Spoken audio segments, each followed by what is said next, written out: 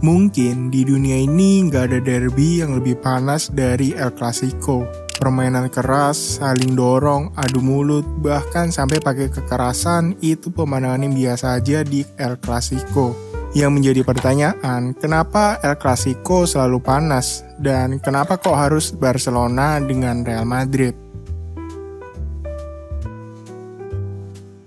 Sepak bola di Spanyol itu dibawa oleh pekerja dan pelajar asal Inggris yang pindah ke Spanyol di tahun 1800-an akhir. Mahasiswa dari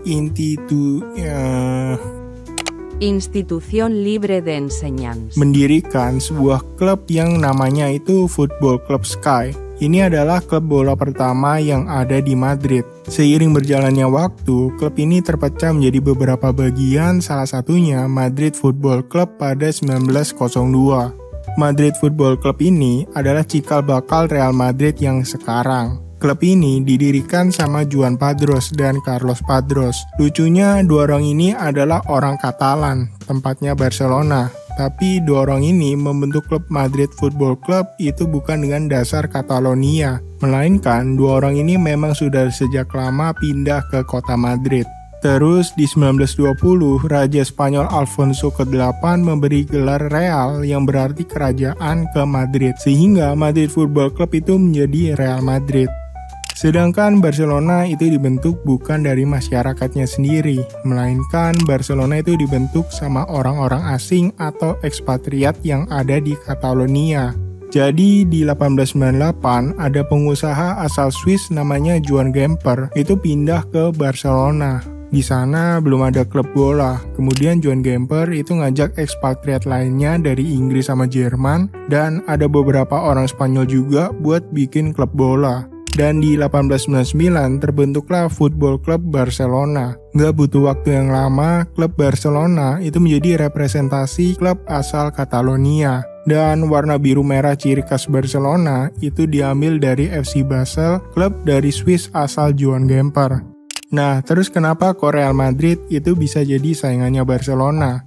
Pasti kalian juga ada yang mikir, kenapa harus Real Madrid Barcelona? Kok nggak Real Madrid Sevilla atau Barcelona Athletic Bilbao?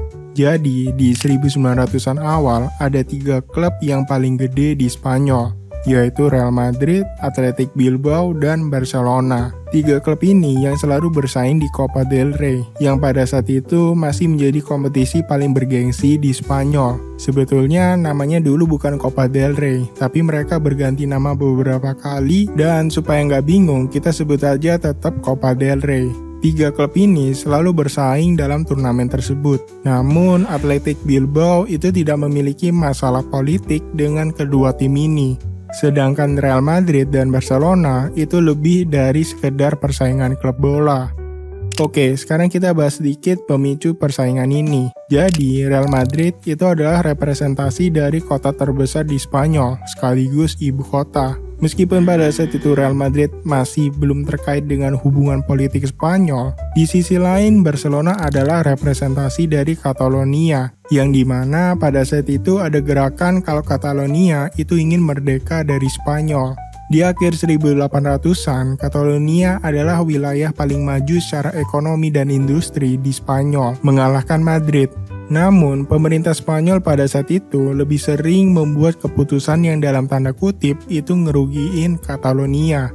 Di sisi lain, Catalonia juga punya budayanya sendiri, seperti bahasa Katalan, sehingga Catalonia merasa kalau identitas mereka itu berbeda dengan Spanyol. Singkat cerita, di 1920-an, itu ada aturan yang dikeluarkan sama diktator Miguel Primo de Rivera yang membatasi hak-hak orang Catalonia, termasuk melarang penggunaan bahasa Katalan di pemerintahan. Nah, dari sini membuat ketidaksukaan Catalonia terhadap Madrid itu semakin besar.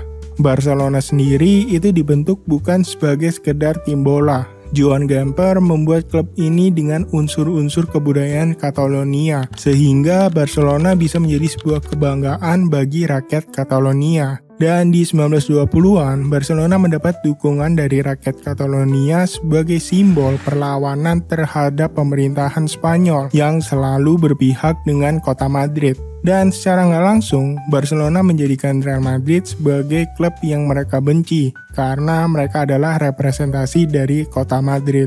Rivalitas antara Real Madrid dan Barcelona itu diperkeruh saat Barcelona mengadakan pertandingan persahabatan melawan Jupiter FC 14 Juni 1925.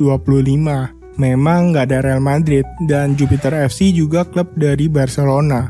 Terus masalahnya di mana?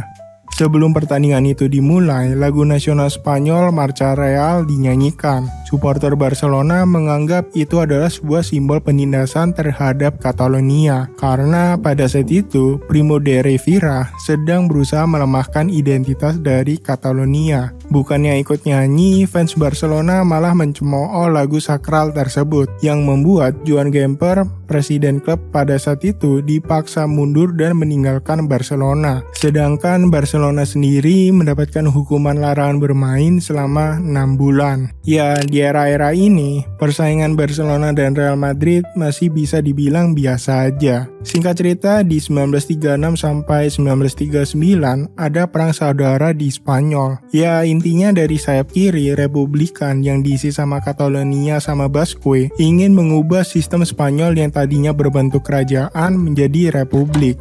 Nah, di sayap kanan yang diisi kaum-kaum elit termasuk Madrid gak setuju dengan keputusan ini dan terjadilah perang saudara. Perang ini akhirnya dimenangkan sama sayap kanan yang pada saat itu berada di bawah rezim Francisco Franco.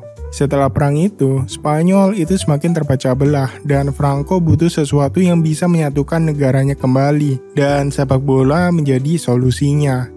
Franco menggunakan Real Madrid sebagai alat propaganda untuk menyatukan kembali Spanyol. Franco ingin membuat Real Madrid menjadi klub paling sukses dan menjadikan Real Madrid sebagai kebanggaan Spanyol.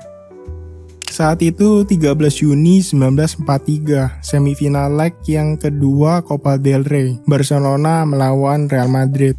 Barcelona telah memenangkan leg yang pertama di Les Corts, kandang Barcelona dengan skor 3-0. Sebelum leg kedua ini dilaksanakan, pemain Barcelona itu dipanggil ke Dirección General de Seguridad. Mereka dapat perintah dari Franco kalau Barcelona itu harus main bagus, bukan tiki-taka atau gegenpressing, melainkan main bagus di sini punya arti yang berbeda. Main bagus adalah permainan yang sudah disiapkan sama Franco untuk Barcelona. Dan maksud dari pertemuan ini untuk memberitahu jika Barcelona tidak bermain bagus dan ngelawan, mereka akan mendapat konsekuensi. Dan semua orang tahu konsekuensi apa yang mereka dapatkan jika mencoba melawan Madrid. Singkat cerita, pertandingan yang diadakan di kandang Madrid, Real Madrid itu unggul 8-0 di babak yang pertama. Dan semua orang sadar kalau pertandingan ini udah diatur. Akhirnya Barcelona kalah 11-1, kemenangan terbesar dalam sejarah El Clasico. Dan Enrique Pinheiro langsung mundurkan diri dari presiden Barcelona karena dia menganggap kalau Barcelona nggak bisa bermain fair selama di bawah Francisco Franco. Dan sejak peristiwa ini, persaingan antara Real Madrid dan Barcelona menjadi sangat panas. Dan match El Clasico menjadi simbol perlawanan Barcelona terhadap kekuasaan Madrid.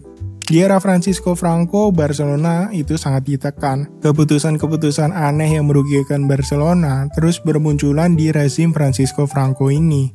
Di tahun 1953, Barcelona sudah mencapai kesepakatan dengan River Plate untuk mendatangkan Alfredo Di Stefano. Kemudian Federasi Sepak Bola Spanyol, RFIF, mengubah aturan transfer secara mendadak. Kalau Di Stefano cuma bisa bermain di Spanyol kalau dia main buat Real Madrid. Akhirnya Barcelona mundur karena mereka juga dapat tekanan politik sehingga Di Stefano gabung ke Real Madrid.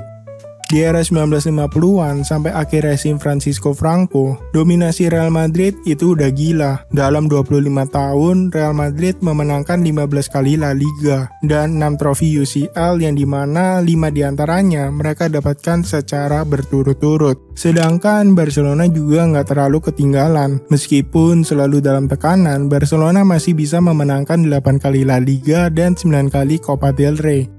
Setelah kematian Francisco Franco, El Clasico menjadi semakin panas karena sekarang Barcelona bisa melawan dengan bebas. Mencemooh lagu kebangsaan Spanyol sudah menjadi hal yang biasa di pertandingan El Clasico pada saat itu.